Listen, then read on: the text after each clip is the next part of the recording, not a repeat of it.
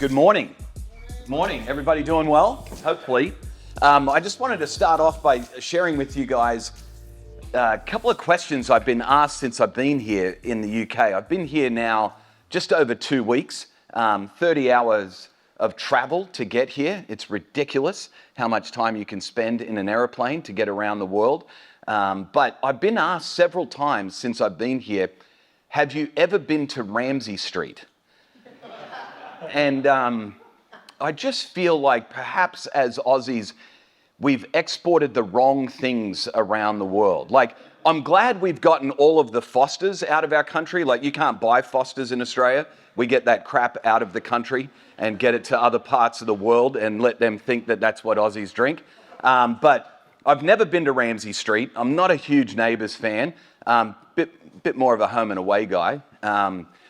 Because I grew up in Sydney. But I do find that English people from the UK, they rarely ask me questions about sports for some reason.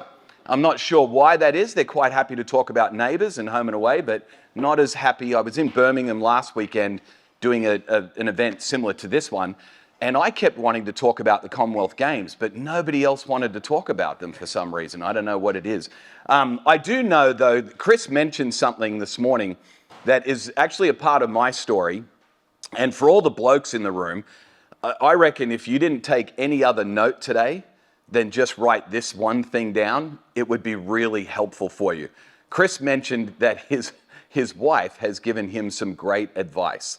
And for all of the blokes in the room, if you don't go away with anything else other than I should listen to my wife more often, that's probably your best takeaway from today, because that's a big part of my story as well. I want to introduce you to my wife, actually. Up on the screen behind me, we'll get this thing sorted here, is a picture of my family. My beautiful wife, Kristen, has put up with me for 22 years now. That in and of itself is a miracle, okay? We can celebrate that. She's also allowed us to have these 3 beautiful children. Xavier is my oldest. He's 21 years old and is currently interning at a local church in our area and just has a passion, really a passion to see people that are far from God be connected into a relationship with God. That's kind of his big passion, which, as you'll learn a little bit more about the Further Faster Network today, that's the big heart behind what this network is all about here in the UK and Ireland. My daughter Olivia, she is a free spirit, which scares the crap out of me every day. Every day I wake up wondering what that text message might be from Olivia today. She's an outdoor educator, so she loves being outdoors, climbing mountains, and leads groups and teams of children primarily, and teenagers as well, through school camps and conferences and that kind of thing. And then my youngest son, Miles, unfortunately for Miles, he has more of my DNA in him than any of our other children. He is a mini me, which is going to be a very tough gig for him for most of his life. He's an athlete, he loves people, he's the life of our family. He's super fun, and we just love doing life with our kids at this age. If you've got younger children, we're gonna talk about some practices today. If you've got younger kids, maybe you're in that prior to school age range. Anybody in the room, by the way, in that kind of season of life where you've got young kids that are not in school yet, or maybe some that are coming? Yeah, a few of you. I call those the survival years. My wife and I, we really had this high standard of what we thought success was in that season of our life. We basically found that if we could get our children to bed each night and they were still alive, we were winning as parents, okay? So if you're in that season of life, I just want to encourage you, set your standard high, okay? Set it high. Success means they're still alive at the end of the day, and you and your spouse are still talking to each other, which is also a miracle. So that's kind of our family, and we've been involved in ministry now since the very early years of our marriage. In fact, our first year of marriage, I'll tell a little bit about my story here in just a moment. We started out in ministry, and I did a long stint in camp and conference ministry, and then went into the for-profit world for a number of years in the US. Was VP of marketing and sales and business development for a company that worked with school districts all across the US, and then got back into ministry in pastoral role, and now help to lead a network, a sister network to the Further Faster network in Australia called the Irresistible Church Network. And we have churches all across Australia, New Zealand, and also now into parts of Asia and Singapore and Hong Kong. So just all centered around this big idea of how do we create churches that even people that don't typically go to church would love to engage with. And that's really the heartbeat behind what we're going to be talking a little bit about today. And you might think, okay, is this a day where we're going to think about the strategy of how to reach unchurched people? The answer to that question is actually yes. We may not be talking specifically about the things you might think we would be talking about, but I'm convinced that what we're going to talk about today, if we don't get this right, our first work as church leaders, then the strategy and everything else we do as leaders really will fall apart anyway. And so here's what I'd like to walk you through, kind of an outline of what we're going to do today. We're going to talk a little bit about unhealthy leadership, and that's just me basically telling my story. And so I'm going to tell you, hey, this is what unhealthy leadership looks like, because this is my story. And then we're going to dive into this next thing, what I oftentimes refer to as the silver bullet. I know in the church world, I've been to so many places and had so many conversations with leaders, and we oftentimes say, well, there's really no silver bullet. I'm actually convinced that Jesus gave us a silver bullet. And we're going to talk a little bit about that today. The next thing we'll do is some soul gardening essentials, a couple of practices that I've found incredibly helpful to tend to the garden of my inner life. And we'll talk a little bit about what that looks like. We'll take a break right in the middle there. We'll talk about first practice and then a second practice after the break. And then we'll wrap up with this idea of What About Bob? Anybody seen the movie What About Bob? Bill Murray, one of my favorite movies. Man, I am really getting old, like super old. Early 90s, folks. How many people were alive in the early 90s? Raise your hand. Okay, so I'm not that old. My goodness, people. It was a classic. It was a fantastic film. What About Bob? We're going to talk about Bob because all of you have a Bob, I think, in your church. And then we're going to finally talk about this idea of, I want to hold your hand, not just because I'm in the UK, but I genuinely, not just because I'm a Beatles fan, I genuinely want to invite you on a journey, because what we're going to do today, I believe, is simply just the first step. It's going to be hopefully a catalyst for some of you in the room to say, I want to begin a different kind of way of doing life and leadership, and I want to invite you to go on a journey with us, and we want to hold your hand. We literally want to walk alongside you on that journey. Well, let's dive in. Here's what I'd like to start with, and for those of you that were at Finch Hampstead Baptist yesterday morning, there's going to be a little bit of repetition here as we kick things off just in this first part, but I want to just identify the fact that we all, no matter where you live in the world, no matter what size or style your church is, every community around the world that I travel to, I find, is extremely externally focused. Every conversation I have with people typically starts with, what do you do? And I oftentimes ask the same question, what do you do? Or they might ask you, who are you? But what they're really asking is, what do you do? And then oftentimes our culture and our society is focused on what we have. A lot of people are laser focused on what they do and what they have, and oftentimes they think about what others think and say about them. I know that's true for me. I don't know if you're like this, but I oftentimes wake up in the morning, grab my phone, and I check all sorts of platforms. We got like a ridiculous amount of inboxes now, and I got roped into this stupid thing called Be Real, which I have to take a picture of myself and whatever I'm doing at the same time. It's actually a lot of fun. But we're constantly checking in on what other people do, what they have, and oftentimes we're checking in on what people think and say about us. Now, as ministry leaders, we would never get up on a stage and say this, but here's what I've found true in my life, and I think from the conversations I've had with other leaders, it's true for a lot of them as well.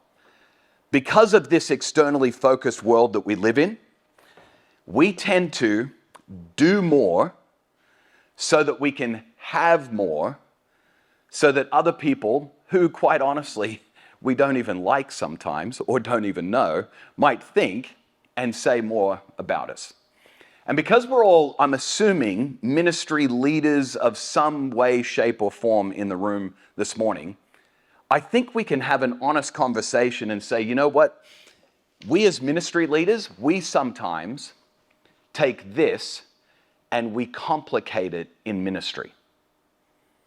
We would never get up and say this to anybody in our church, but oftentimes we live out this idea that if I actually do more for God, then I may end up having more opportunities to serve Him and minister, and more opportunities to get on an airplane and maybe talk to a group of people in the UK about your unhealthy leadership.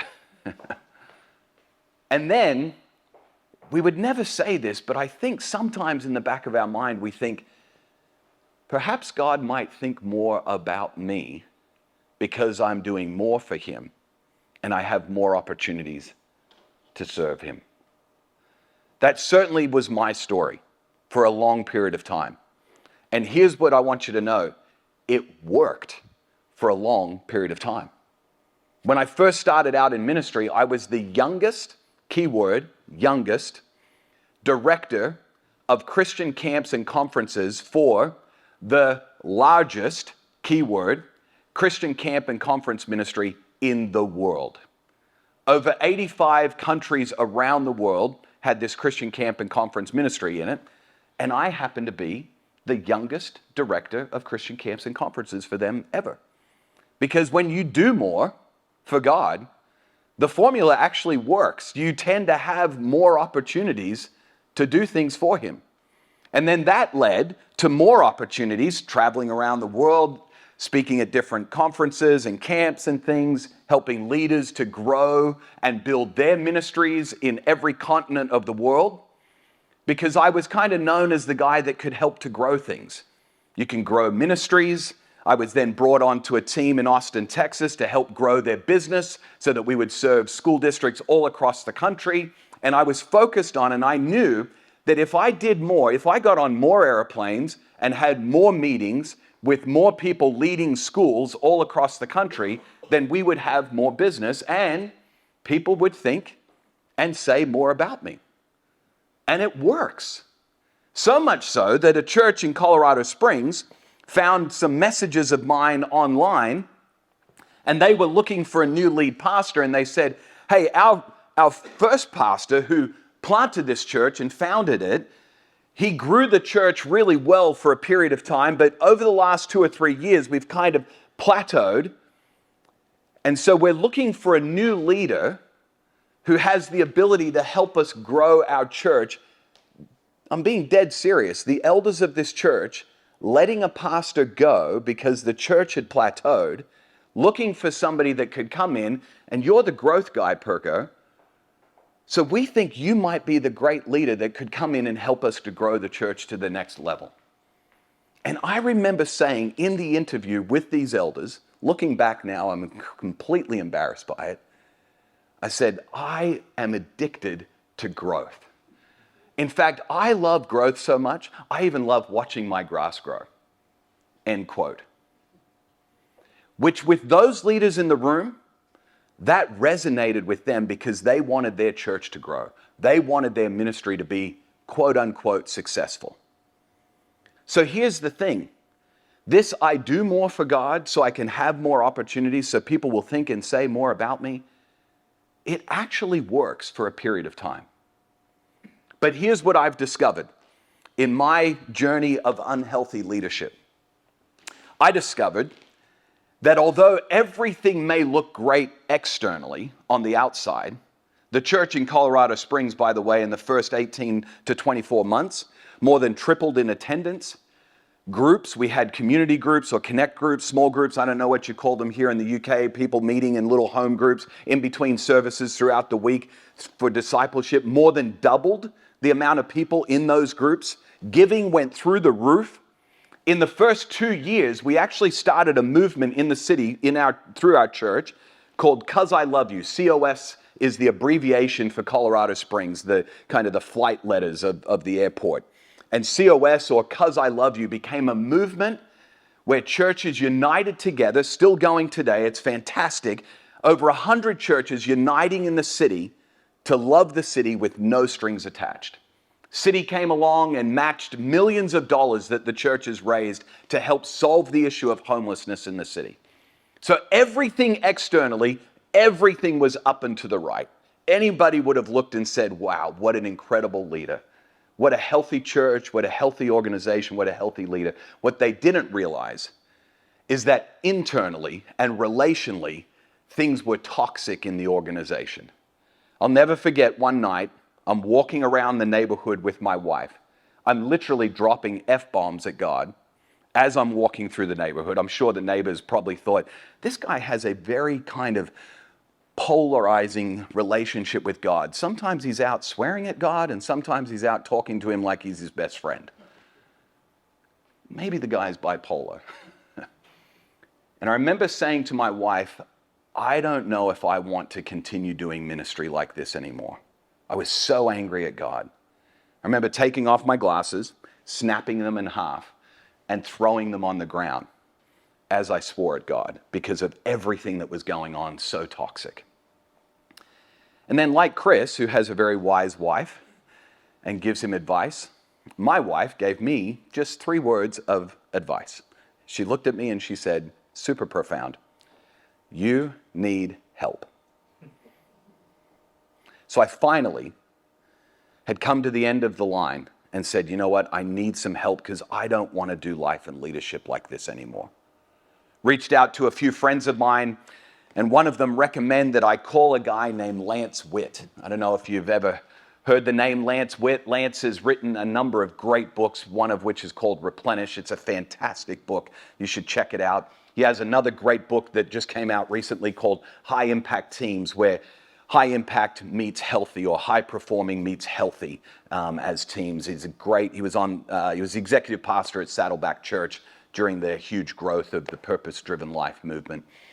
And Lance began to introduce me to a concept that I had, quite frankly, over 20 years of ministry, had never really ever considered. In fact, I'm not even sure that I'd even heard about it. Lance introduced me to this idea of soul care. And Lance describes it like this.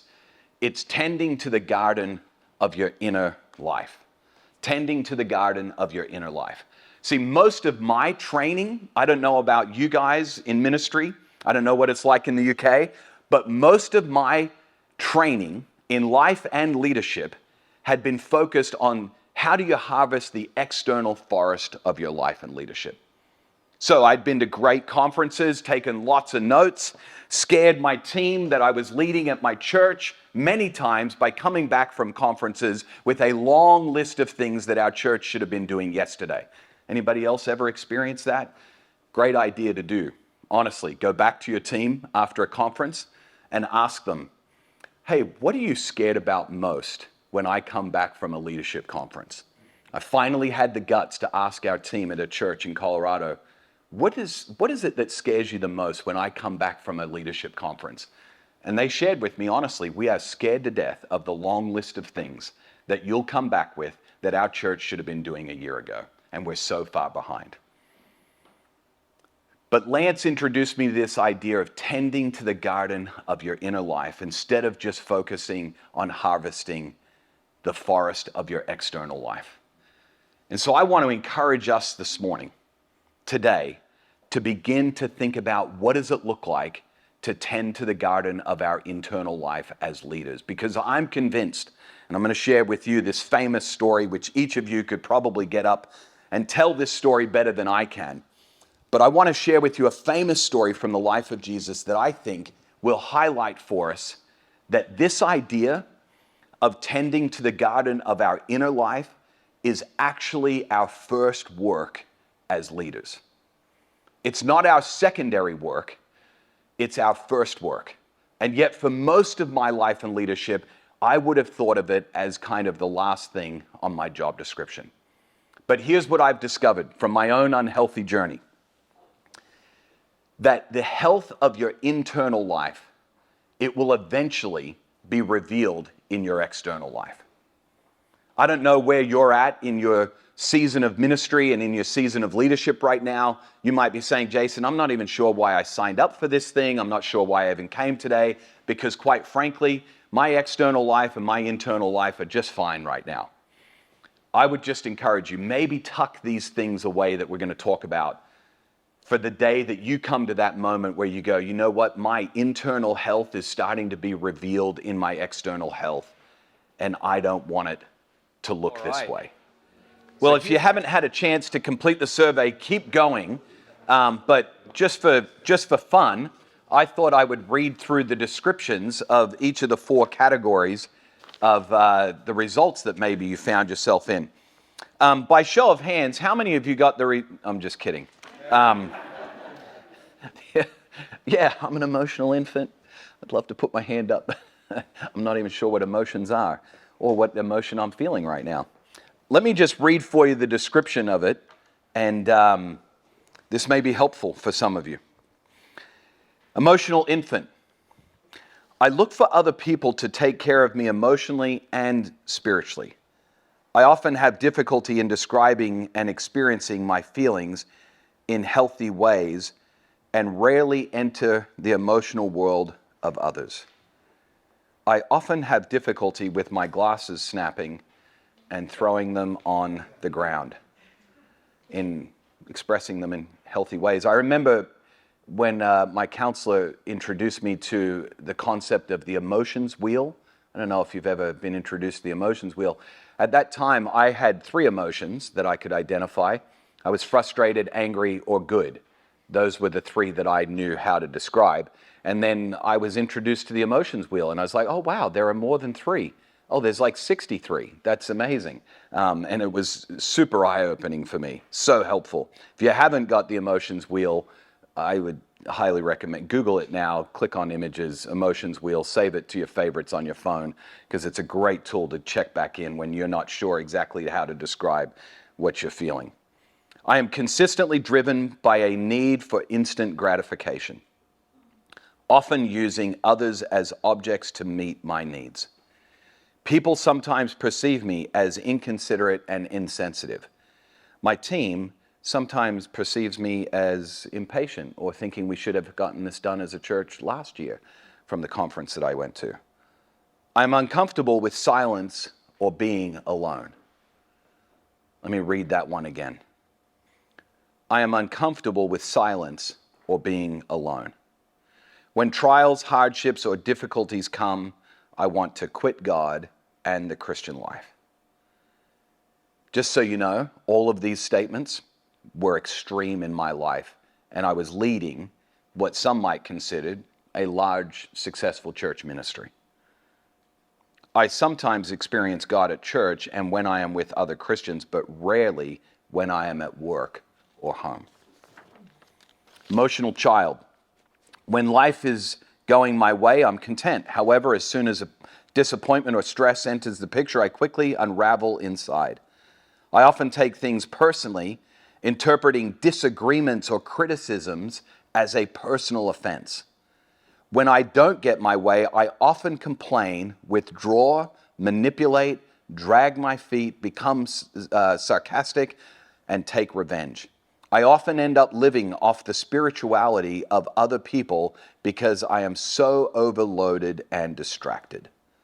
My prayer life is primarily talking to God, telling Him what to do and how to fix my problems. Prayer is more of a duty than a delight. Emotional adolescent.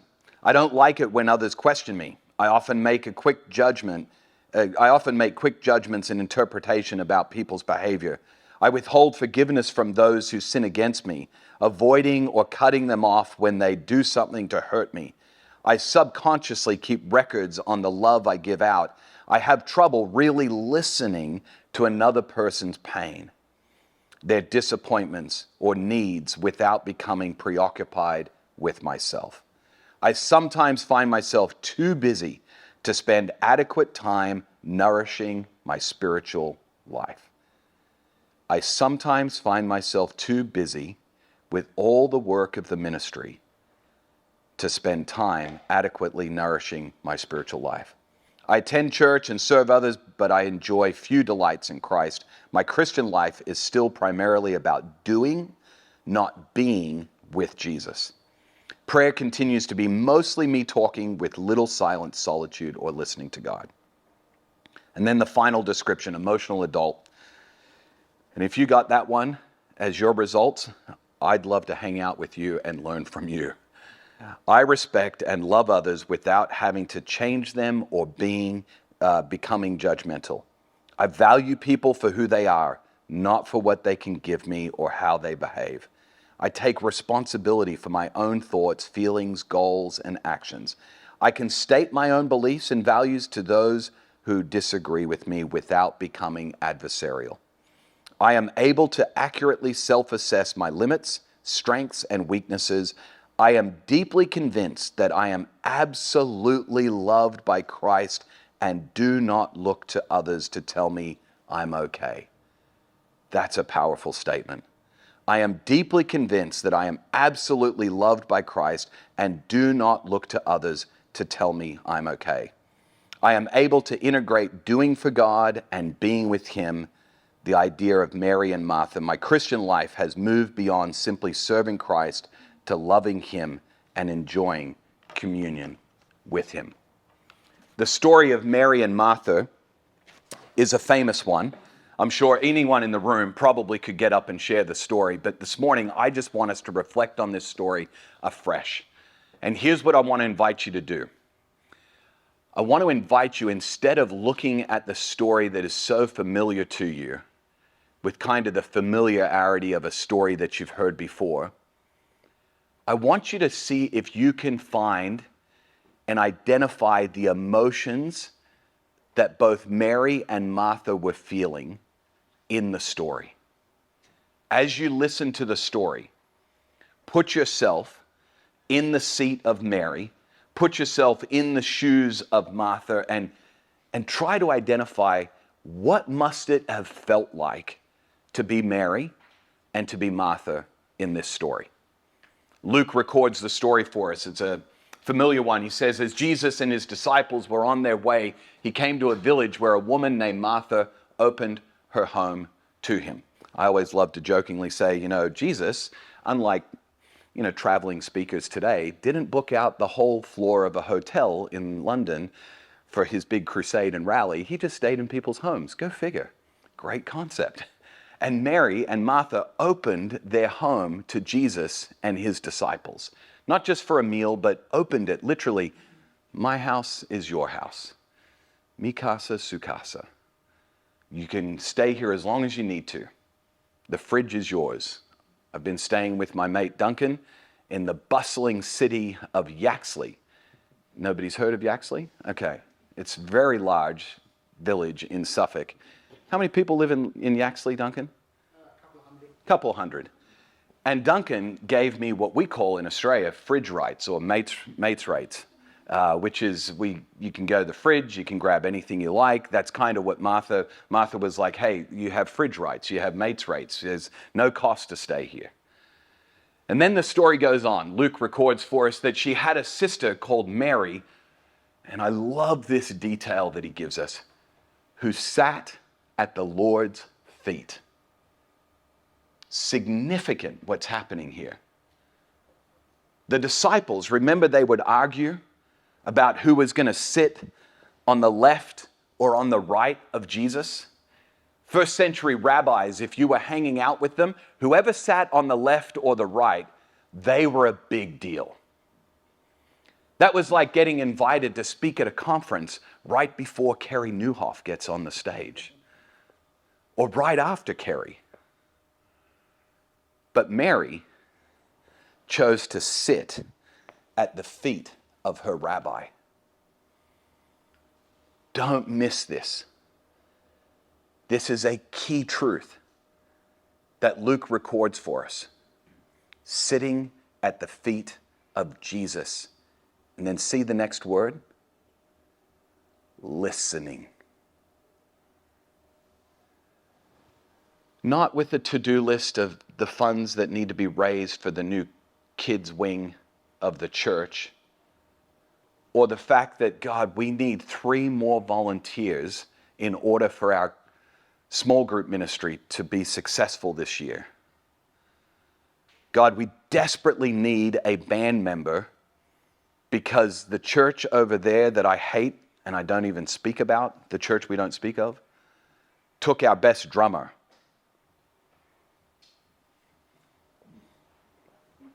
Mary sitting at the feet of Jesus. And then Martha. Listen to what Martha says. And before we judge Martha, there's a little bit of Martha in all of us. Although she's pretty gutsy in the way she talks to Jesus. I don't know if you've ever spoken to him like this. I have. And I think maybe the writers left out a few colorful words, possibly. But Martha was distracted by all the preparations that had to be made. But Jason was distracted by all of the camps and conferences that needed to be grown. But Jason was distracted by getting hundreds of churches in the city to unite around loving the city with no strings attached. But Martha was distracted by all the preparations that had to be made. So much so that she challenges Jesus and says, Lord, don't you care? Don't you even care about everything that I'm doing? About all of the growth that's happening? About all of the influence and all of the ministry that's taking place? Don't you care that my sister left me to do the work of the ministry, to do the work all by myself? And then Martha doubles down. She's gutsy. Martha's the kind of volunteer you want at your church because she can recruit a bunch of volunteers. Tell Mary to come and help me. Tell her to get on the team. And then I love Jesus so graciously says to Martha, Martha, Martha. I reckon Luke just missed it because I think Jesus probably was Martha, Martha, Martha, Martha, Martha, Martha, Martha, Martha, Martha. I only had room for 2 of them. The Lord answered, you are worried and upset about so many things, but few things are needed. And then Jesus doubles down. Actually, few? No. Indeed, only one thing. And then Jesus identifies what the one thing is for us. In this powerful statement, he says, Mary has chosen what is key word here, what is better. Notice that Jesus didn't say, Mary has chosen the only thing that's important. Notice that Jesus doesn't exclude everything that Martha is doing. Doing the work of the ministry, building camps and conference centers, uniting churches to love the city without any strings attached, recruiting volunteers to come and join the work of the ministry, all very important things. But Mary has chosen what is priority. She's chosen the thing that I refer to as my first work. All of the work is important, but Mary has chosen the first work. And then Jesus gives a promise, and it won't be taken from her. You know, a lot of leaders, when I talk to them about these concepts, they think to themselves, but if I start to do what you're talking about, Jason, this first work of tending to the garden of your inner life, then won't all of the other stuff fall away? Notice what Jesus says. Mary has chosen what is better, and it won't be taken away from her. He releases the fear that if I prioritize this being with Jesus, I'm not going to lose all of the work of the ministry. All of the things won't be taken away from me. I'll never forget, I walked over to my whiteboard when I was in the church in Colorado, and I wrote these words and this little symbol on my whiteboard, and it stuck with me all these years. Being with Jesus is greater than doing for Jesus. Jesus himself, he said it this way. In his famous statement, the analogy of the garden, he says, I am the vine, you are the branches. If you remain, if you sit at my feet, if you abide in me, and I in you, you will bear much fruit. Notice that it's not just sitting at his feet, but the responsibility is ours to abide in him, and he will take care of the work of the ministry. We don't sit cloistered away. I've visited so many abbeys while I've been here, by the way, and I've loved every single one of them. But here's the thing that I was drawn to every time I visited them. And I thought about the monks cloistered away in their cell.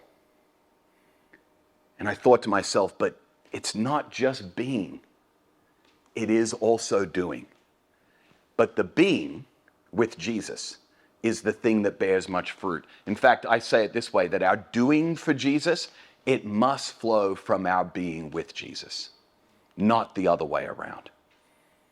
And for so long, my life and leadership and my ministry was all about doing for Jesus. But I'm telling you, the joy of being with him and allowing my doing for him to flow out of my being with him, I would never go back to the old way, the old operating system. I want to encourage you with a couple of practices that have been incredibly helpful for me to position myself like Mary to sit at the feet of Jesus. And I don't want to just tell you about them. I actually want us to experience them together today. And so the first one is the practice of silence and solitude. When I think about tending to the garden of my inner life, this practice of silence and solitude was one of the first that I began to kind of dabble in or experiment with. And you need to understand, I'm a recovering doing-aholic, okay? And so the idea of sitting and doing nothing for 2 minutes, when I first sat down, I remember the first time I ever sat down to practice 2 minutes of silence and solitude, I was sitting there, had no idea what I was supposed to be doing, thought this was the stupidest idea on the planet, but I thought, you know what, I'll just give it a go. And I remember thinking to myself, 2 minutes, how long could that be? I lasted all of 28 seconds before I looked down at my watch. 2 minutes was like an eternity for my soul, because I had never been able to just sit and be with Jesus, to sit at his feet. And so I don't know if that's a practice that you regularly do, but I would encourage you, if you're going to tend to the garden of your inner life as a leader, if you're going to make your first work being with Jesus, not doing for Jesus, I think that silence and solitude is a core practice of the life of a healthy leader. So I want to invite you, literally invite you, into this practice this morning, right before we take a break. And I've put together a simple little kind of framework that's been helpful for me. I've adapted it from a couple of different places. I mentioned before, a friend and mentor, Pete Scazzaro, and a couple of other people have helped kind of shape this practice for me. And I've put together a little card. You don't need to write any of this down, by the way. I'm going to give you the opportunity at the end today to get this card. I'm going to email it to everybody that would like it. But it's a simple way of just practicing silence and solitude that's been helpful for me. And you can print it off, put it in your Bible, or put it on your phone. You can keep the graphic on your phone.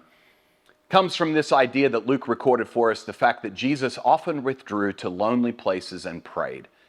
And his prayer was honestly not similar to the kind of prayer I grew up praying, which was mostly a list of things I needed God to do. But here's what it looks like: to pause, to just stop and take some deep breaths to find some calm as you ready yourself for a couple of minutes of silence. Then I encourage people to pick a word or a phrase, because if you're a human being, anybody a human being? Raise your hand. Okay, we've got all human beings, great. When you go into a time of silence and solitude, it's not if your mind wanders, but when your mind wanders, because it always does. Mine always wanders to, go figure, my to-do list for the day. As a recovering doing-aholic, you can imagine that's where my mind would wander to. And so I pick a word or I pick a phrase to just help me to refocus my attention back on the person that I am being with. Here's the most amazing thing. I encourage leaders all the time, don't allow yourself to get silence and solitude guilt. Jesus is like the best friend who you haven't texted for 3 years, and the moment they get the text, they're just so thrilled to hear from you. No guilt. No, I can't believe you haven't texted me. I've been reaching out to you. None of that. He's just thrilled that your awareness is on him and his presence with you. So don't get silence and solitude guilt. Pick a phrase or a word that helps you to bring your attention back onto him, and close your eyes, contemplate who God is and what he might be saying to you. And then, as I mentioned before, when that thought comes in and your mind wanders, just refocus your attention on him. One of the best descriptions I've heard of this concept is as different things come to your mind, it's like boats going down the Thames. And you see the boat, and you could either keep focusing on it as it goes down the Thames, or you can see the boat and go, oh, there's a boat. And then I'm going to bring my mind back to the presence of Jesus and let that boat just pass by. So I want to encourage us this morning. It's going to be a little bit weird. We're going to do a practice of 2 minutes of silence and solitude this morning as we wrap up and go into our morning tea break. And so I want to invite you just to get comfortable in your seat. I'm going to bring up a timer on my phone, and want to encourage you, if this is a practice that you would like to begin doing in your kind of daily rhythm, I use a timer called the Insight Timer. It's an incredibly helpful tool. It's a free app that you can get on your phone, and you can preset all different times. So I'm going to use a 2-minute timer. I have a 4-minute, a 5-minute, a 10-minute, a 20-minute timer that just has a chime that goes off at the beginning and some intermittent chimes throughout that help me to refocus. It's a great tool. If you don't have a tool to help you with silence and solitude, I would highly recommend it. So there's going to be a chime that begins the time of silence and solitude, and then you'll hear a chime that ends it after 2 minutes. And I just want to encourage you, as we go into this time of silence and solitude, I oftentimes invite leaders who are maybe beginning this practice to think of it kind of similar to my wife each night when she takes a bath. She loves to take a bath. She's been doing it since our kids were little. It's like her way to just relax and kind of recover from the day. And she loves to soak in that hot water, oftentimes with a glass of wine, and just relax. I imagine when I sit with Jesus, especially in the morning, and I love this no matter where I am in the world, every time I wake up, it's as if Jesus has been up all night just waiting to hang out with me again. His presence is there no matter where I'm at. And so I just sit and soak in his love for me. Because if I want to love others throughout the day, I can't give what I don't possess. And so I need to soak in his love all throughout the day. And silence and solitude has been an incredible gift to be able to do that. So I want to invite you. I'll start the timer for 2 minutes. Just sit and soak in his love. Be reminded. I'm going to use the phrase from Psalms, your love is better than life, to refocus my attention back on him. Let's begin. So the Further Faster Network is a tribe of people that are all rallied around this big idea of creating churches that people that don't typically go to church would love to engage with and love to be a part of. And I just want to share with you what I love about this tribe. And maybe it resonates with you, but the things that I love about this tribe, because we have the same tribe of people in Australia and New Zealand and parts of Asia and the US and other parts of the world, is it's a group of like-minded leaders that really want to journey together towards this goal. And I love the fact that it's not just for lead pastors. The thing that I get told all of the time in Australia and New Zealand is that there are numerous opportunities for lead pastors and maybe executive pastor type people in the church world to get resourced and get connection and to get content. There's just tons of opportunities for that. But the pastors of our network oftentimes say to me, you know what, Jason, the thing I love most about our network is that it doesn't just stop with me. You're actually connecting with and resourcing our kids ministry director, whether or not they're on staff or they're just a high capacity volunteer, or you're connecting with our guest services director, the person that coordinates our parking team and our host team and our coffee and tea people, they're getting invested into as well. And so it goes deep beyond just the lead pastor and the executive pastor kind of level, which in our country anyway, in our region of the world, the resources for that level of leadership is kind of prolific. But anything below that, it gets really sparse really quickly. And so I just want to encourage you, if anything resonated with you about what Duncan talked about, or even the short little video with the super fun, by the way, hip hop kind of scratchy record in the background of that voiceover, that was fun. If anything resonated with you, and that's a tribe that you're like, man, I'd like to test out that tribe, I want to encourage you to consider a trial. You don't have to jump in. I don't know about you, but I never kissed on a first date. You know, it took a little bit of time, waited at least a second date. But you might want to just step in, kind of wade into the tribe and see if it's a tribe that you would connect with. And so Duncan and the team have put together a trial, essentially, where you can try it out for 12 months, or maybe even only a month. Maybe that first date would be enough, and you're like, no, not for me, not my tribe. So if you would like to, you can go to furtherfaster.network, and you can find out more information about that 12-month trial. And I would just encourage you, that connection piece, to me, that's the beauty of it. That's the gold. It's the journeying together with other like-minded leaders for the long haul that I think is really, really important. So I want to encourage you with that. We're going to dive into the second practice that I think is core, and hopefully I'm on the right slide here. We'll make sure that everything's working correctly. The second practice that I think is core to this idea of tending to the garden of your inner life. And I want to just, before I dive into that practice, I want to just mention a couple of things about silence and solitude. Silence and solitude for me, especially in the early days of practicing it, it was one of those things that I mean, quite frankly, prior to practicing it, I would have made fun of it. I was the guy that was like, what, we're all going to do some navel gazing for 2 minutes and sing Kumbaya and look out at the trees while the world desperately needs saving? Is that what we're going to do? But one of the things that I began to question is, what is silence and solitude actually doing? Because it feels like it's not doing anything. Like, what change or transformation is it making? And so one of the things that's been helpful for me is the analogy of kind of the gardening analogy, where sunlight to me is so important for a garden to thrive. And yet when you look out the window, in fact, everybody can look out the window and see the sun is shining on the grass out there and on the hedges out there. And you can't see what it's doing. You can't tell that it's doing anything. I can't look out there and go, oh, wow, look at the way it's nourishing those plants. Silence and solitude is similar to sunlight for the soul. I refer to it as sunlight to the soul because you can't see what it's doing.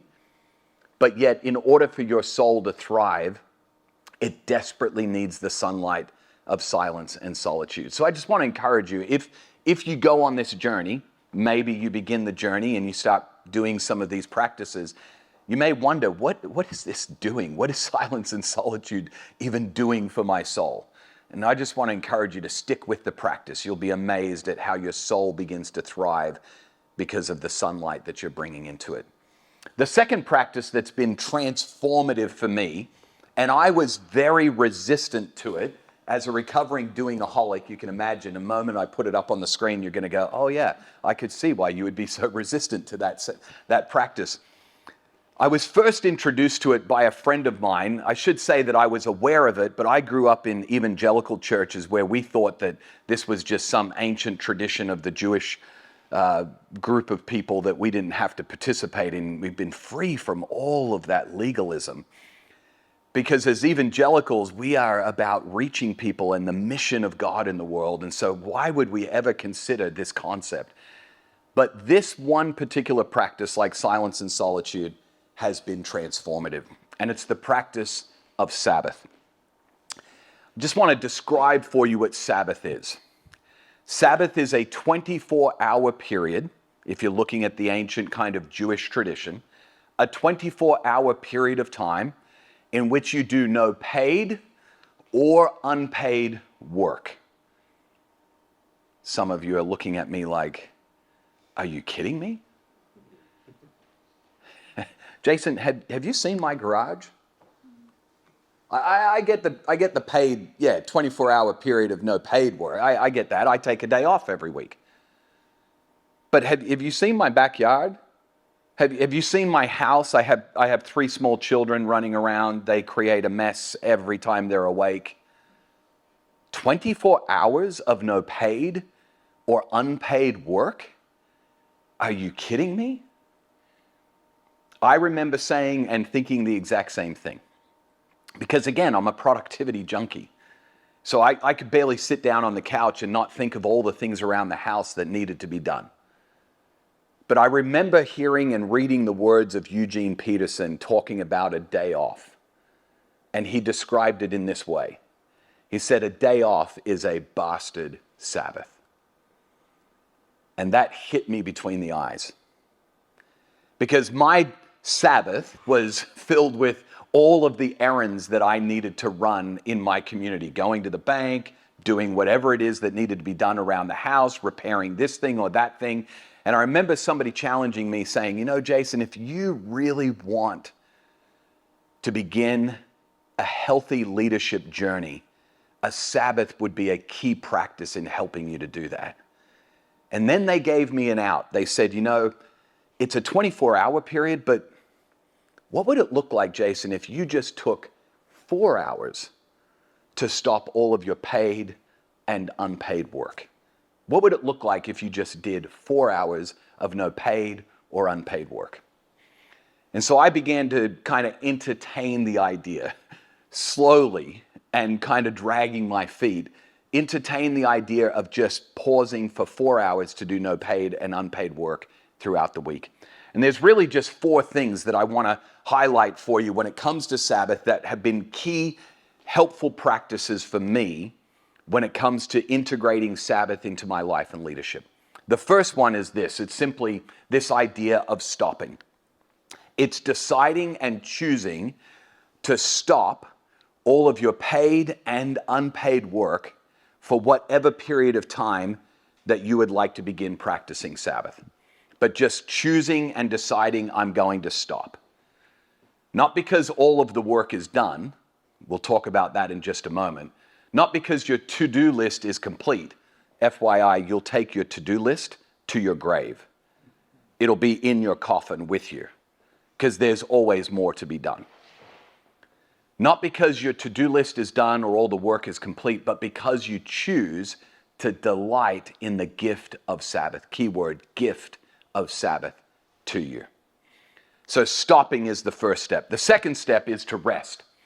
Just to simply rest. And I know some of you think that is a crazy concept.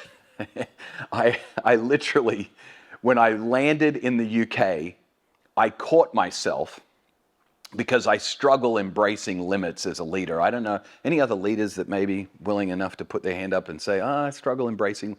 I struggled. I landed in the UK. I remember saying to Duncan, I am so driven that I'm thinking about Googling ways to overcome jet lag more quickly. Talk about out of control. I'm a mere mortal. I'm a human being that needs to rest, that has been created with rhythms of working and resting. And here I am thinking, well, I could get more done while I'm in the UK if I can overcome this jet lag more quickly. As leaders, we struggle to embrace our limits. And so rest is a major part of this concept of Sabbath. Now, so far, 6 years ago, Perko would have been sitting in your seat thinking to themselves, that sounds like the most boring concept on the planet. I would be bored to tears, even for 4 hours if I stopped and just rested. So Jason, what are you saying? You sit in a chair and you look out the window and you kind of hum Kumbaya for like 4 hours? Is that what your Sabbath looks like? Just a word of warning. What I'm about to share with you may be your first step towards addiction to Sabbath. I'm just going to let you know. Because this next part of Sabbath is the key that drew me in. Step number 3. First stop, second rest, and then the third step is to delight in God's goodness to you. Now, for some of you, delighting in God's goodness to you might look like sitting in a chair, staring out the window and humming Kumbaya. There's some of you in the room that would say, oh, that sounds delightful, but not this guy. That sounds like the most boring 4 hours of my life, because God has wired each of us uniquely in how we connect with Him and how we delight in His goodness to us. So I want to share with you a little bit of what my 24-hour Sabbath looks like for me and for our family in our current context and season of life. We happen to practice kind of the traditional model of Sabbath. Starts at 6 p.m. on a Friday night for us because I'm oftentimes speaking at a church on a Sunday. I then take Sabbath from Friday evening through to Saturday evening at 6 o'clock. We start every Sabbath with the very weird tradition of lighting the Sabbath candle, which, because I coach basketball, all of the girls' basketball team that I coach over the years have given me Sabbath candles. My current Sabbath candle is in the shape of a pair of Air Jordans. So I have an Air Jordan candle that we light to begin the Sabbath. And then we have this big cheer that we do in our house. We say, let the Sabbath begin, or let the delighting begin. And I know it sounds weird, but my 17-year-old son, my 19-year-old daughter, and my 21-year-old son and my wife, we love Sabbath. It's a gift that God has given our family that's been transformative. And then we go into feasting. You can tell we feast a lot on Sabbath every week. We eat well on Sabbath. We oftentimes eat a very big Sabbath meal to begin on Friday night just to delight in God's goodness to us. And then we've done something over the years that's helped us to identify as individuals, as a family, the things that cause us to delight in God's goodness to us and to celebrate the goodness and the gifts that He's given us in our life. And I'm going to invite you to do the same exercise today for yourself. We've discovered that each of us have a unique, what we call replenishment cycle.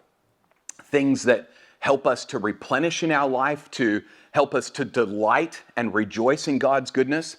And then we each have a unique, what we call draining kind of cycle, the things that cause us to be distracted from God's goodness in our life, or they drain us. My wife is a garden plants fanatic. She loves it. We have a ton of indoor plants in our house. And oftentimes on Sabbath, I'll walk in and I'll go into my bathroom to have a shower, and there'll be all sorts of plants sitting in our shower, getting their weekly watering. Some of you ladies up the back are nodding because you're crazy like she is. It's amazing how my wife can get the plants into the shower when they're dry, but somehow she can't get them out of the shower when they're wet and much heavier. And so I go in to have a shower and I get to kind of go through the plants and have a shower with them. It's a fun experience each Sabbath. She loves that, finds it incredibly replenishing. If you asked me to do anything in the garden on a Sabbath, I would say, shoot me now. It's not a replenishing activity for me. She loves live music. We found that live music is replenishing for her. So most Sabbaths, you'll find us, if you follow me on Instagram, posting at some pub or some place where there's a singer-songwriter, and we're listening to live music because it's so replenishing, and she delights in God's goodness through that. For me, I'm a live sports fan. Not watching it on the screen, but actually showing up at the game. Doesn't have to be professional. Could even just be a footy match. Last Saturday, we were at a soccer game in the bustling city. No, it wasn't actually in the bustling city of Yaxley. It was in Ipswich. And we got to watch just a local footy game. Guys playing, and I love watching the sports live, and I love watching God use people's athletic ability. And so I just go and I delight in God's goodness by enjoying some live sports.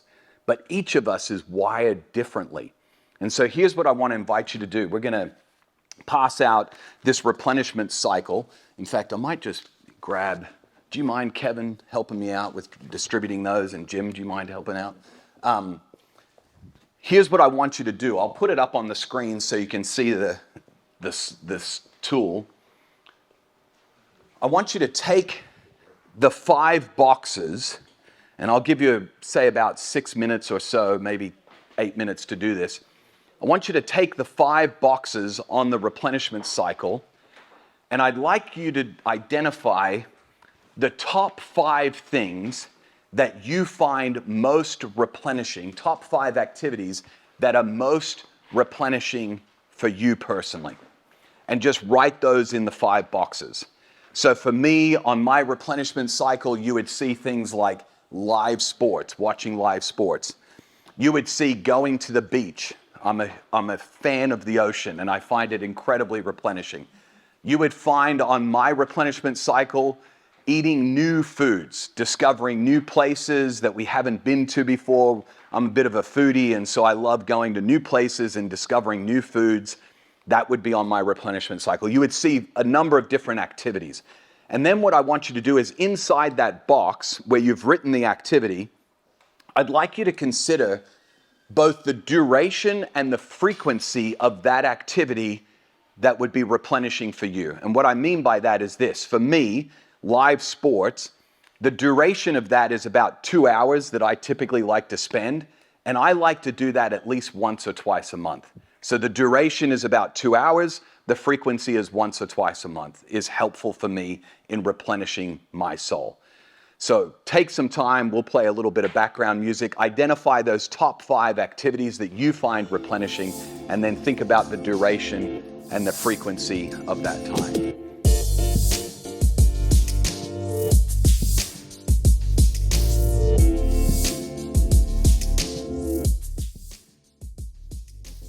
What's replenishing for me and what's draining or distracting from His goodness in my life? So that's the Sabbath practice. And I want to just read for you a passage of Scripture as we wrap up this concept of Sabbath. And by the way, a few people had some questions for me as we were doing the replenishment cycle regarding Sabbath. And I just want to let you know we're going to have a time of Q&A here in about 15 minutes or so, maybe 20 minutes of Q&A as we wrap up our time together. So if you've got questions about silence and solitude and about Sabbath or even just soul care in general, I'd be happy to answer those questions for you. When I think of Sabbath as a gardening practice, I think of it in terms of this kind of weekly watering to replenish my soul, to tend to the garden of my inner life. Just like silence and solitude is like sunlight to your soul. You may not be able to see what it's doing, but it's feeding your soul. I find that weekly Sabbath is like that weekly watering of my wife bringing all the plants into the shower and just drenching in God's goodness and replenishing my soul. I want to share with you a famous passage of Scripture related to Sabbath, and then a short kind of commentary on that particular passage. And so here's the passage that you'll be familiar with from Mark chapter 2. It says this, that one Sabbath, Jesus was going through the grain fields, and as his disciples walked along, they began to pick some heads of grain. Oh, how dare they? The Pharisees said to him, "Look, why are they doing what is unlawful on the Sabbath?" And Jesus answered, "Have you never read what David did when he and his companions were hungry and in need? In the days of Abiathar the high priest, he entered the house of God, and David ate the consecrated bread, which is lawful only for the priests to eat. And David also gave some to his companions." And then Jesus said these words to them, "The Sabbath was made for man, not man for the Sabbath. So the Son of Man is Lord even of the Sabbath." And I say, I feel like I got ripped off as an evangelical because they kept the Sabbath from me for so long. Wayne Muller writes these words about Sabbath. Sabbath is not dependent upon our readiness to stop. We do not stop when we are finished. We do not stop when we complete our phone calls, finish our projects, get through this stack of messages, or get out this report that is due tomorrow. We stop because it is time to stop. Sabbath requires surrender. I'm going to read that again because that has been the greatest hurdle for me when it comes to the practice of Sabbath. Sabbath requires surrender. If we only stop when we are finished with all our work, we will never stop. Because our work is never completely done. With every accomplishment, there arises a new responsibility. If we refuse to rest until we are finished, we will never rest until we die. Could you imagine living a life where you never rest until you die? I can imagine it because it was much of the way I lived my life in ministry for many years. Sabbath dissolves the artificial urgency of our days because it liberates us from the need to be finished. Some of you, that's a powerful statement because you're the type of person that couldn't put the survey down until you finished it just an hour ago. Some of you are thinking, I've got to get all 5 boxes filled, and I'm not sure what to put in the 5th box. Sabbath dissolves the artificial urgency of our days because it liberates us from the need to be finished. I love this next line. We stop because there are forces larger than we that take care of the universe, and while our efforts are important, necessary, and useful, they are not, nor are we, indispensable. Wow. That's a humbling thought. There are forces larger than we that take care of the universe. The galaxy will somehow manage without us for this hour, this day, and so we are invited, nay, commanded, to relax and enjoy our relative unimportance, our humble place at the table in a very large world. Do not be anxious about tomorrow, Jesus said again and again. Let the work of this day be sufficient. Sabbath says, be still, stop. There is no rush to get to the end because we are never finished.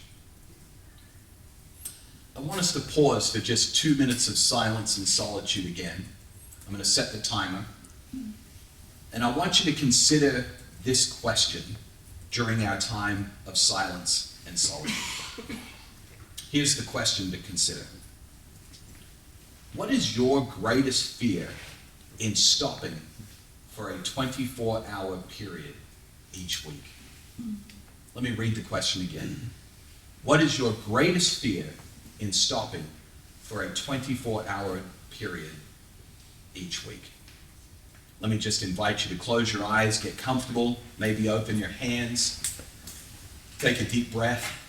You'll hear the chime begin our 2 minutes of silence, and I want you to consider that question. What is your greatest fear in stopping for a 24-hour period each week? I want to read a prayer for us together. Keeping the Sabbath, Lord, will require a lot of changes in the way that we live our lives, in the way that we lead. Teach us, Lord, how to take the next step with this in a way that fits my unique personality and situation. Help us to trust you with all that will remain unfinished and to enjoy my humble place in your very large world. In Jesus' name, amen. I'm convinced Sabbath has been a gift to my life and to my leadership. But I'm actually convinced that it's been more of a gift to my kids' lives than just mine. When I think about my son who's 21, and my daughter, who's 19. My youngest son, Miles, who's 17. They delight in Sabbath. They delight in God's goodness in their life. Not because they're productive, but because God loves them and has given this incredible gift to them. Perhaps it'll be a great gift in your life, but an even greater gift in the lives of the people that you model it for. That they might not get on the treadmill of doing and finding their identity in productivity, but they might just find their identity in being a child of God. So, if for no other reason than to model it for those that are following along in your footsteps, I would encourage you, even if it's just for 4 hours, to begin to take steps towards enjoying the gift of Sabbath. It'll be transformative for your soul, I'm convinced.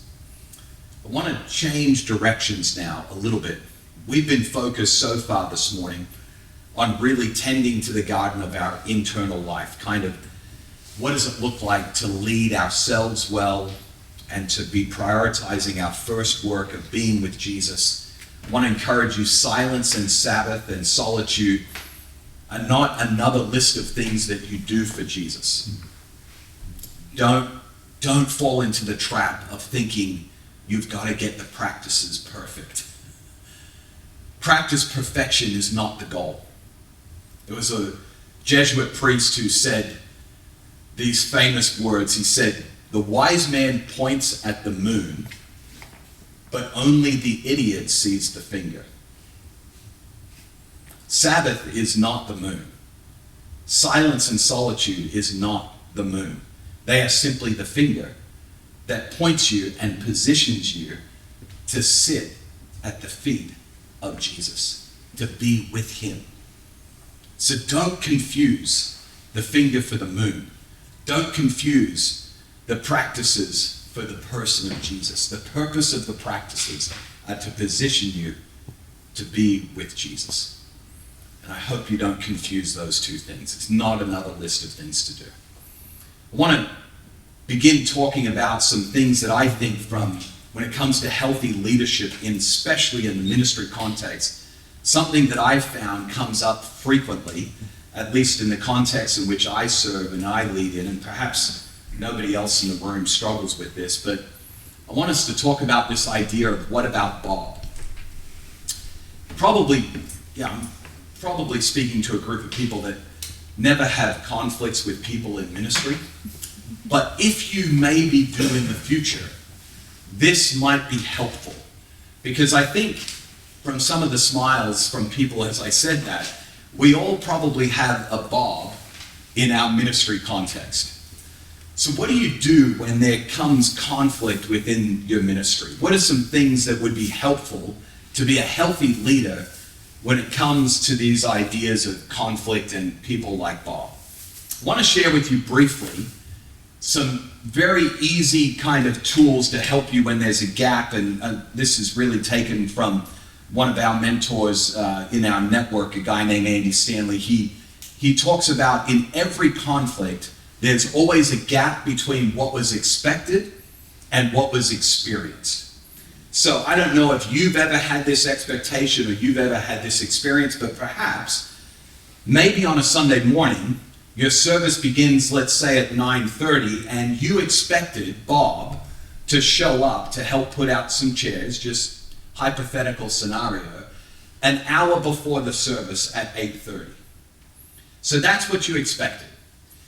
But you experienced Bob rolling in at 5 to 9 to help with putting out the chairs. I don't know if anybody's ever experienced this. Maybe it wasn't Bob, but there's another name that you won't say out loud that's coming to your mind right now because you've expected something, but you've experienced something else.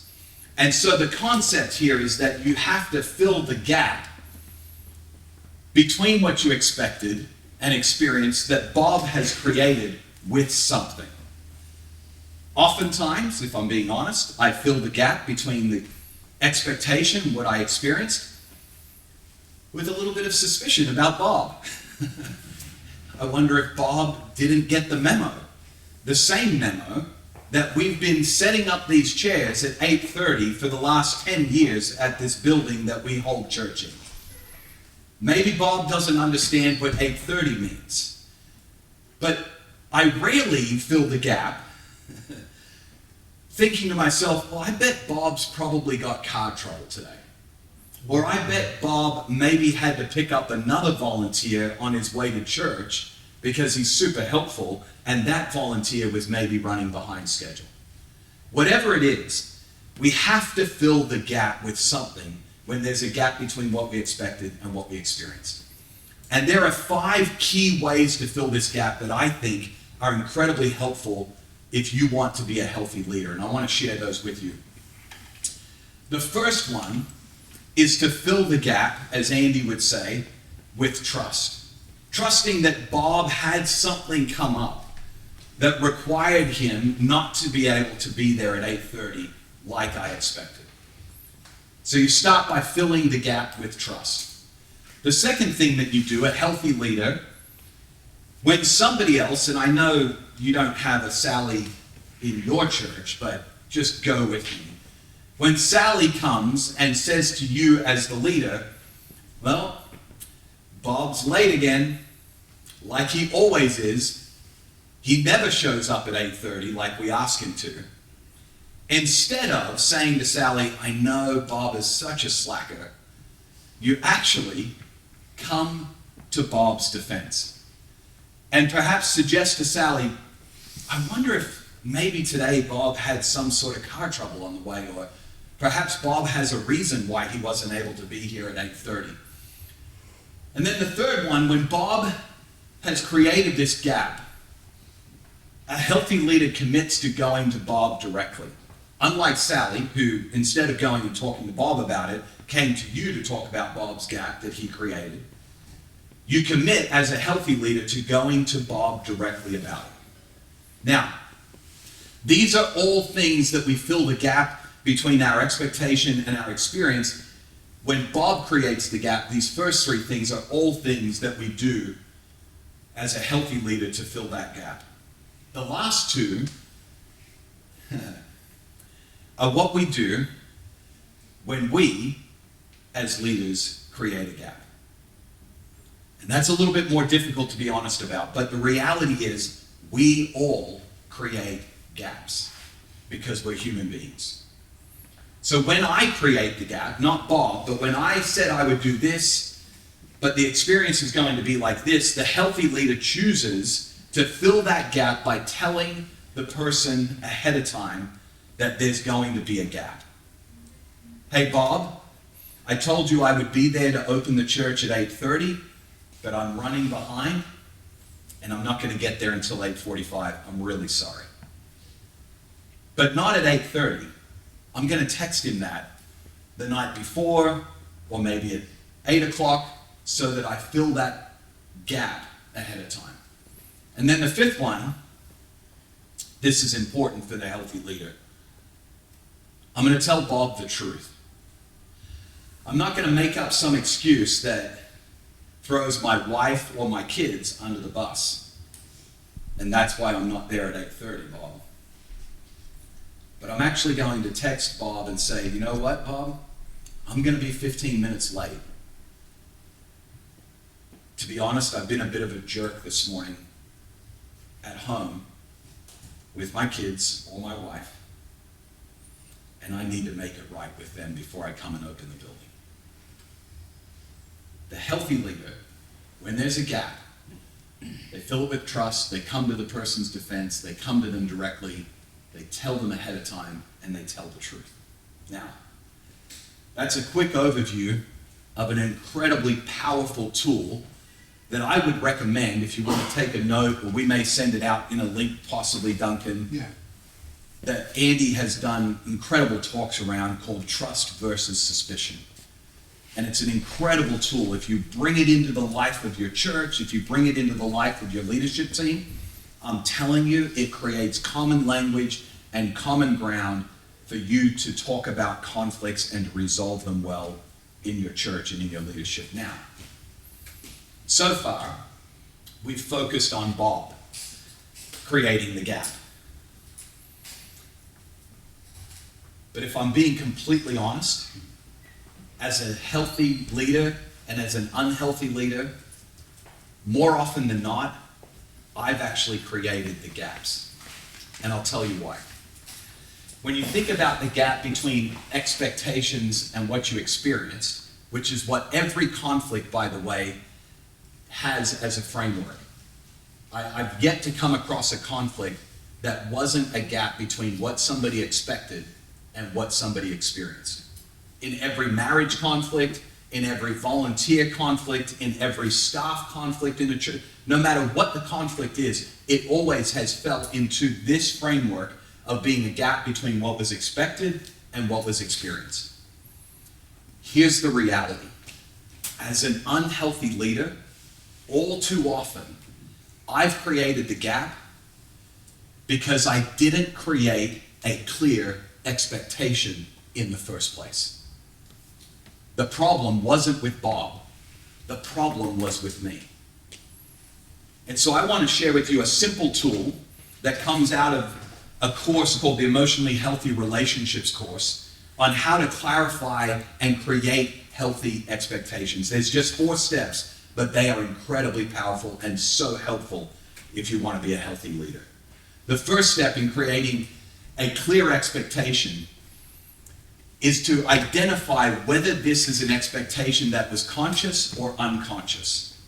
So when you get triggered by something as a leader, you immediately have to identify, is this tension, is this conflict coming from an expectation that I was even aware of? Or is this a completely unconscious expectation that I had? The second thing is that you have to identify, is this a realistic expectation? Is it realistic that I would expect that of this volunteer every week, or is this both unconscious and unrealistic? The third one, an unhealthy expectation, oftentimes is one that was unspoken. So is this an expectation that I've actually spoken about? Number 4, an unhealthy expectation is oftentimes an expectation that was not agreed upon. So, when it comes to creating healthy expectations, here's the principle. Expectations are only valid when they have been mutually agreed upon. Number 1, were you aware of that you had the expectation? Were you aware you had this expectation? Number 2, is it realistic? What is the specific evidence this person can or will be able to do this? Number 3, have you clearly spoken the expectation, or do you just think they should know? Man. Everyone's chuckling because we all know it's true. How many times have we said, oh, they should just know? That's such an unhealthy expectation as a leader. If that thought, if that phrase, that concept crosses your mind when you're frustrated in a conflict, they should just know. That is the sign of an unhealthy expectation. And then number 4, this is the kicker for me as a leader. This is the one that I'm still growing in. I'm still being stretched in. Agreed upon. Has the other person agreed to the expectation? Sending the text to Bob on Saturday night saying, I'll see you there at 8:30 tomorrow morning at the church so we can set up the chairs together, comma,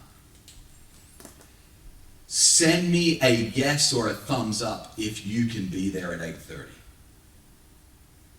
Notice the comma and the extension of the expectation. How often do we communicate as leaders and we just assume because we sent the text or we sent the email or because we said something in passing that the expectation is set and it's a healthy, clear expectation?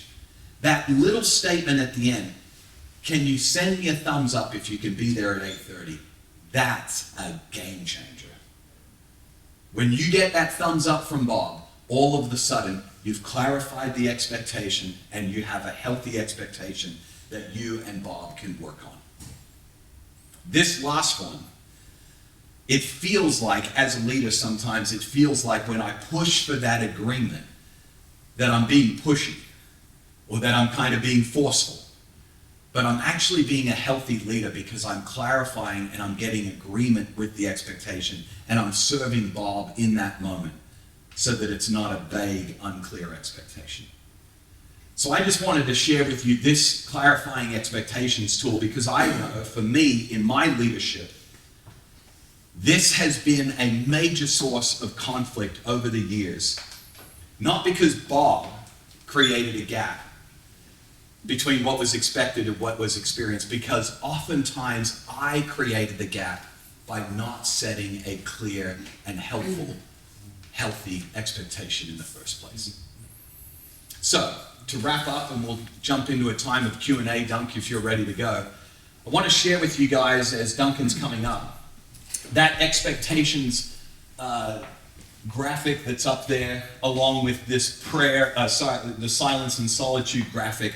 I'd love to be able to just send all of those to you if you would like those. So you can just scan that QR code with your phone, drop your email into the form that's there, and we'll send all of those graphics out to you, along with links to some of the things that we've talked about today in our sessions.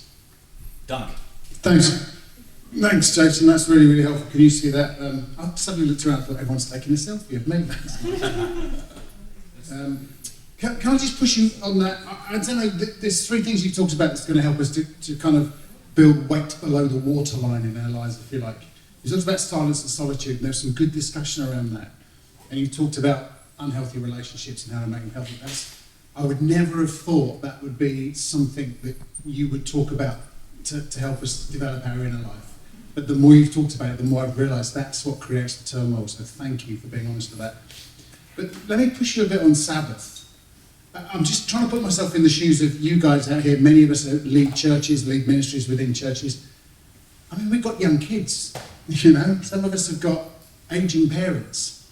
I mean, somebody who talks about putting the roof down and driving a classic car, and some of us don't have that kind of resource. You know, you talked about going to sports matches, a ticket to see Arsenal or Spurs or Chelsea. By the time you've parked your car and bought a pie, it could be 60 quid. And we don't have that kind of money. We're in a financial crisis right now. How do you do Sabbath when the kids are taking away your off time because they're just running around and you've got to run them around to sports things? How do you do Sabbath when you've got aging parents and other demands, you know? And you're out every evening, church meetings and things. How do you do Sabbath when life just doesn't give you the space to do that? Yeah. I mean, your kids are older. Your youngest is 17. You've got some space. My kids are older as well. Yeah. So I would say a couple of things on that. First thing is I'm convinced that most leaders, and I can only speak for myself, but it resonates when I share this with other leaders. Most of us as leaders, we struggle embracing the gift, key word, of limits, God-given limits in our lives.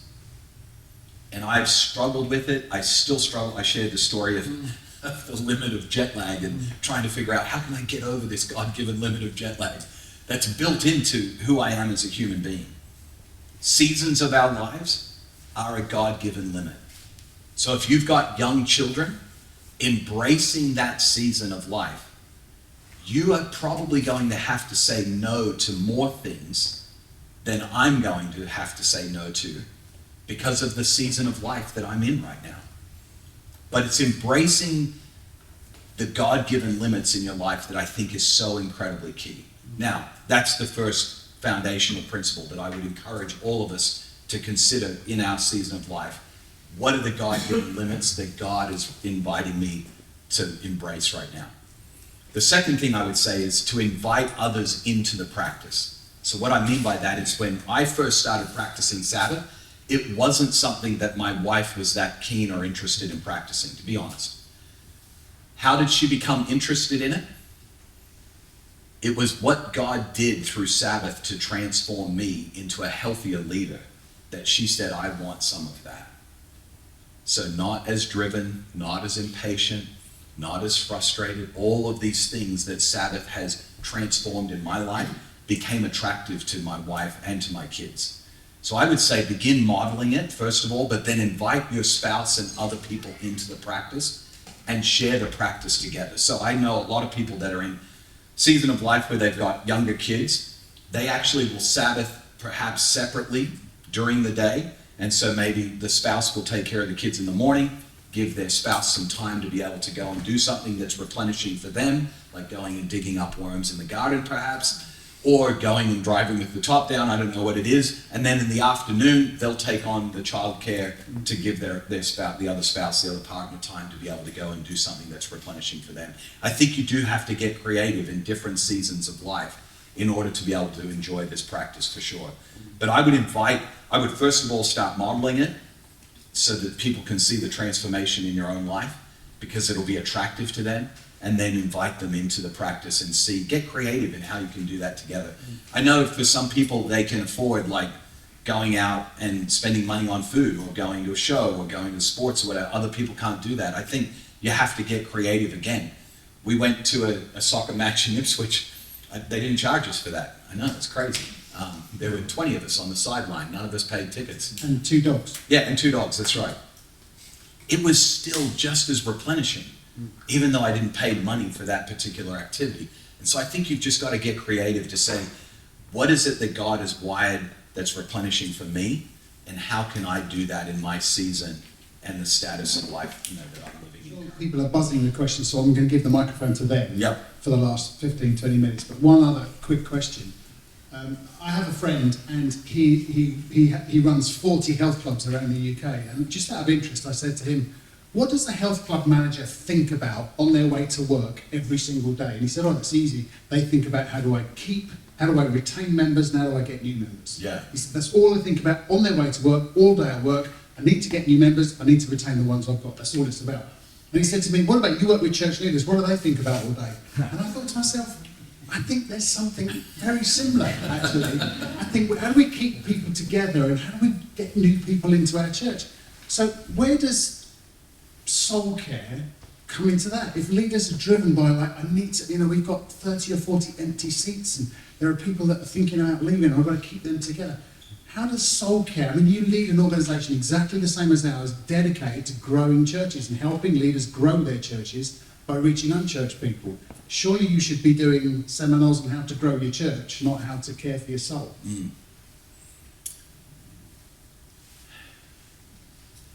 The question that comes to my mind, Duncan, is this.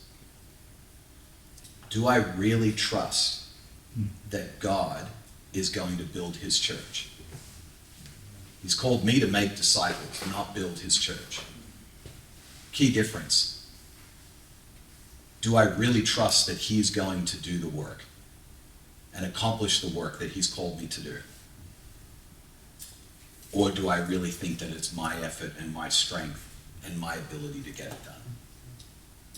That's the question I wrestle with. Because he said to Mary that said to Martha that Mary has chosen what is better and it won't be taken away from her. He said that if you abide in me, if I remain in you and you remain in me, I will bear much fruit. Yeah. Do we really trust that God is going to bear much fruit? Yeah, it's good. Do we? That's really good. Or do we think that I will bear much fruit? Yeah, it's good.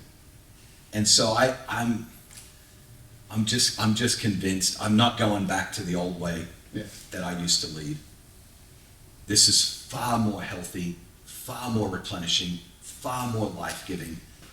And yet I'm convinced that God is bearing more fruit than he was in the past. Yeah, that's good. When I was striving, I was grasping, I was constantly clinging for the next thing. It's black and white, it's clear, isn't it? Remain in me. Spend time at a soul level, and you'll bear much fruit. It seems to be the place to start. Yeah.